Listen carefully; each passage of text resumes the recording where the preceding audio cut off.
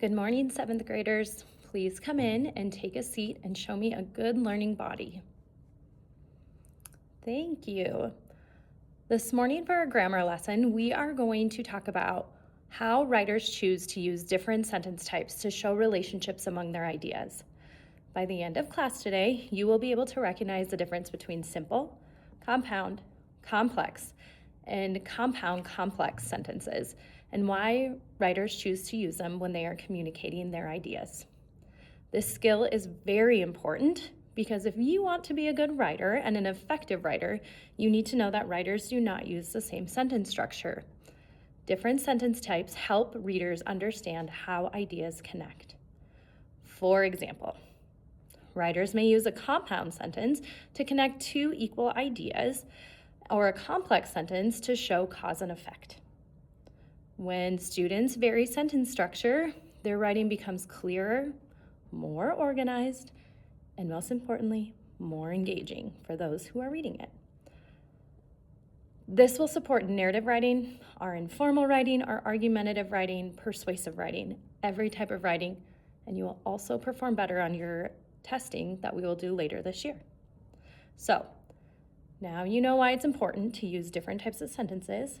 We need to talk, what do we need to remember from before that we can use to help us be successful today? So, we have talked about independent clauses and dependent clauses. If you remember correctly, an independent clause is a complete thought. It can stand alone. It's what we call a sentence. So an example of this would be, the dog barked. Okay, that has a subject and a verb, and it is a complete thought. So our dependent clause then is when we have a subject and a verb, but we don't have enough information for that clause to stand alone. An example of this might be, because the dog barked loudly. Well, what happened? Why did the dog bark loudly? What happened after the dog barked loudly? The reader wants more information, so that is not a sentence and it cannot stand alone. You will also need to be familiarized with conjunctions, and we have talked about conjunctions being our fanboys.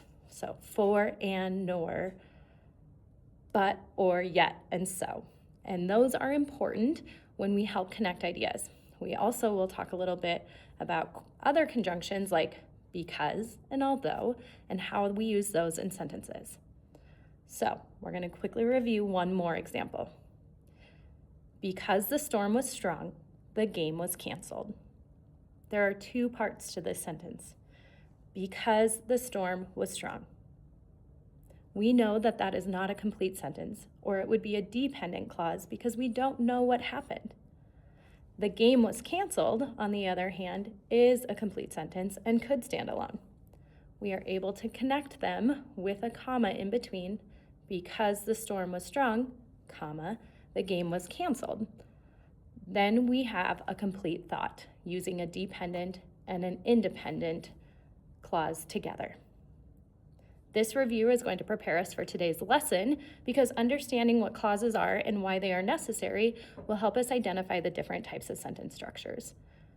Now that we have reviewed these foundational skills, we are going to transition into our modeling of how this is done.